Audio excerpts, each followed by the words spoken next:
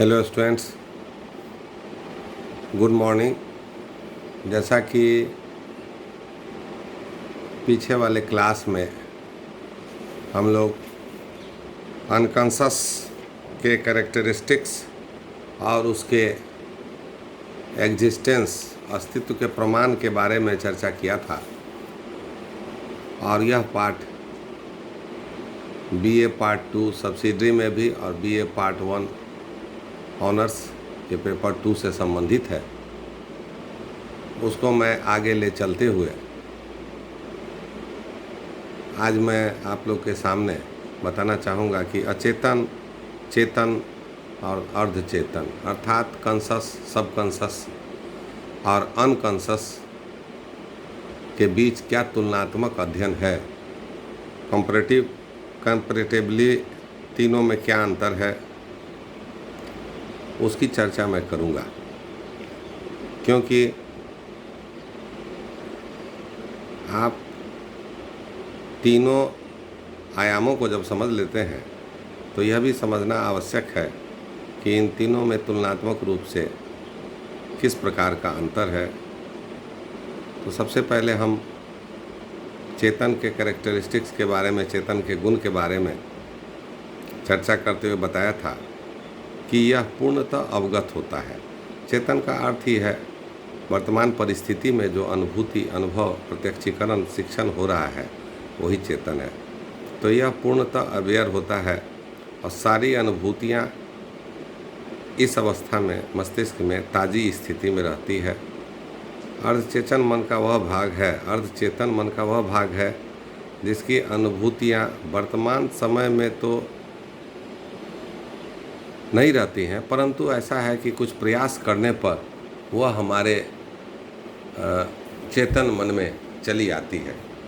तो यह मन का वैसा भाग है जिसमें थोड़े प्रयास करने पर चेतन की अनुभूतियाँ हमारे समक्ष चली आती हैं। उसी को हम लोग अर्धचेतन कहते हैं। मन का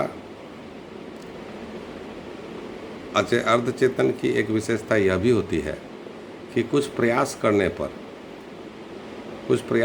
पर यह वापस चेतना में चली आती है।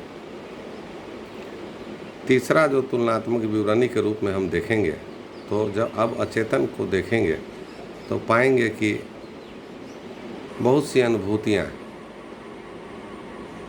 जो मनुष्य के अंदर, मनुष्य के चेतना में नहीं आकर, चेतना में उसकी पूर्ति नहीं होने के वजह से उसे हम लोग दमित कर देते हैं, तो वो इच्छाएं जाके अचेतन मन में रह जाती है और यह अचेतन मन में स्टोर हो जाती है।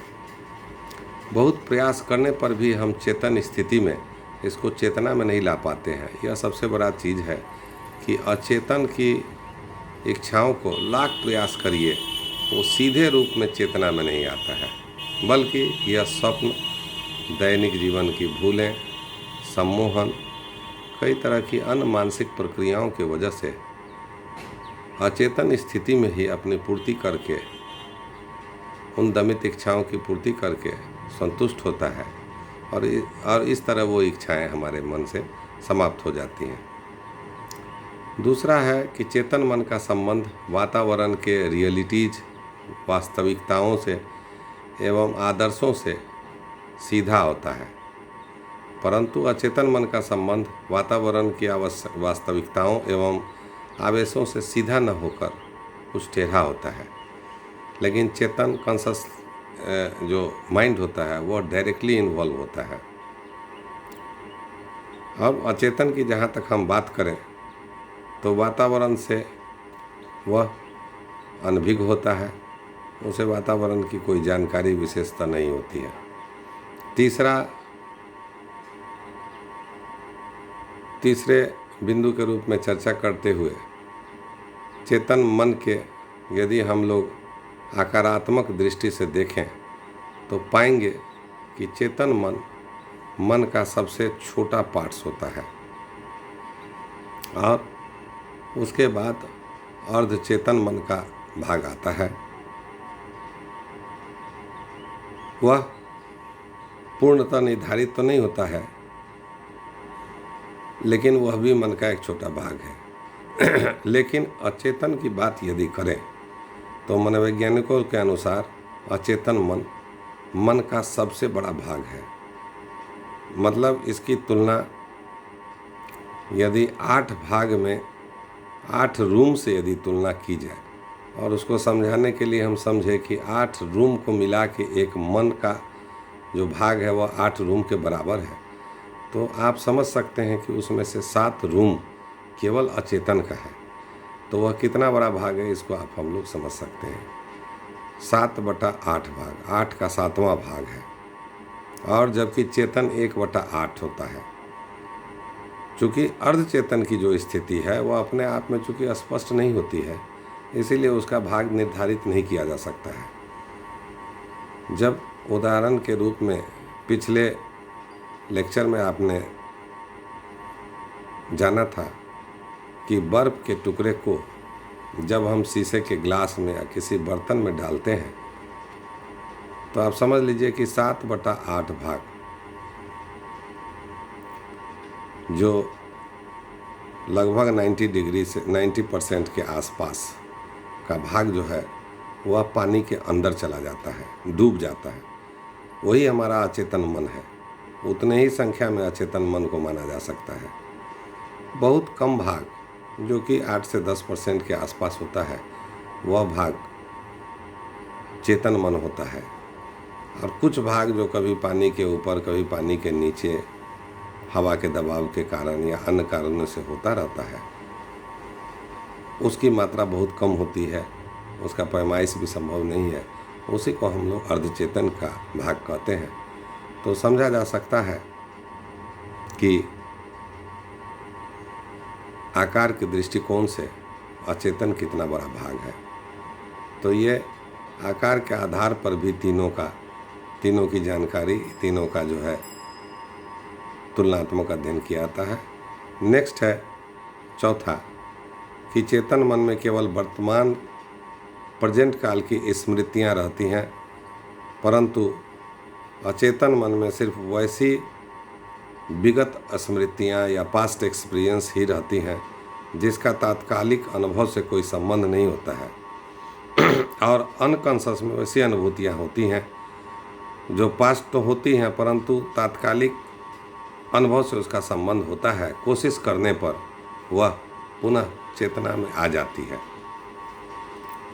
पास्ट एक्सपीरियंस को अचेतन के साथ संबंध जोड़ने का अर्थ यही हुआ कि बहुत सी इच्छाएं जिसकी पूर्ति, जैसा कि हम लोगों ने पूर्व में बताया फ्राइड के अनुसार, जिसकी पूर्ति हम नहीं कर पाते हैं, तो ऐसी इच्छाओं को हम लोग अचेतन मन में ढकेल देते हैं, रिप्रेस्ड कर देते हैं। तो यह भी स्पष्ट हो गया कि चेतन, अर्धचेतन और अचेतन मन में कैसी इच्छाएं रहती हैं। 5वां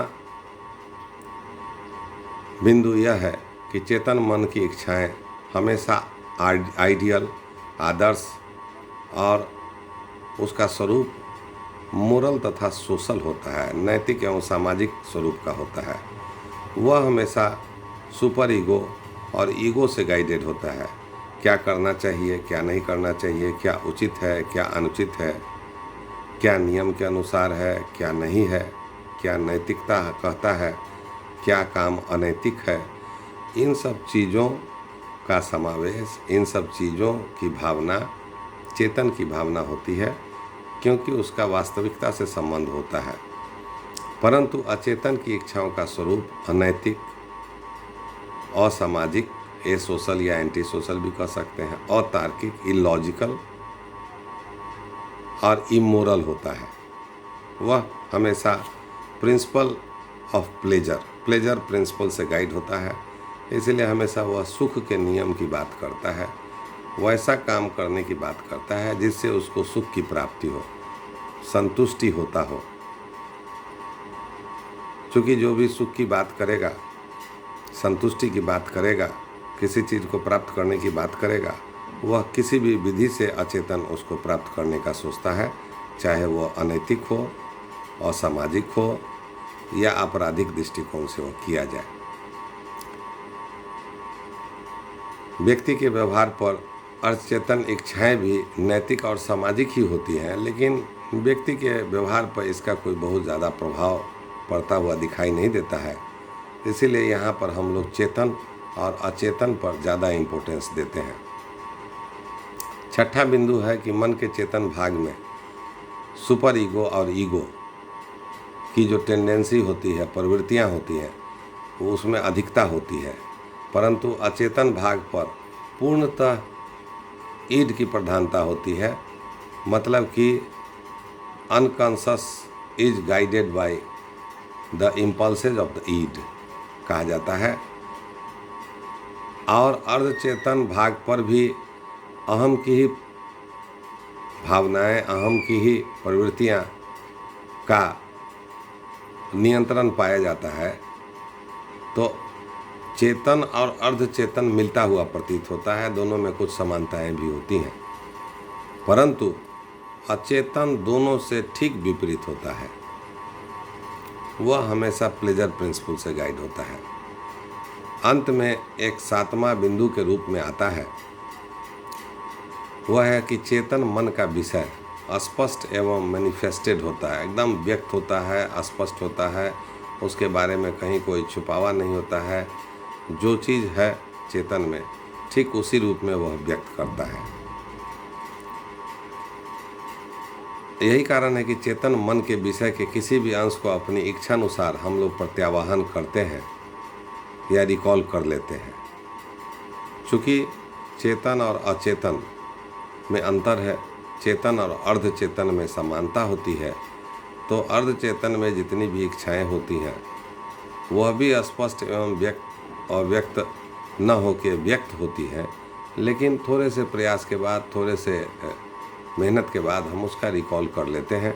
तो जिस प्रकार से चेतन की इच्छाएं होती हैं उसी प्रकार से अर्धचेतन की इच्छाएं भी वापस आ जाती हैं।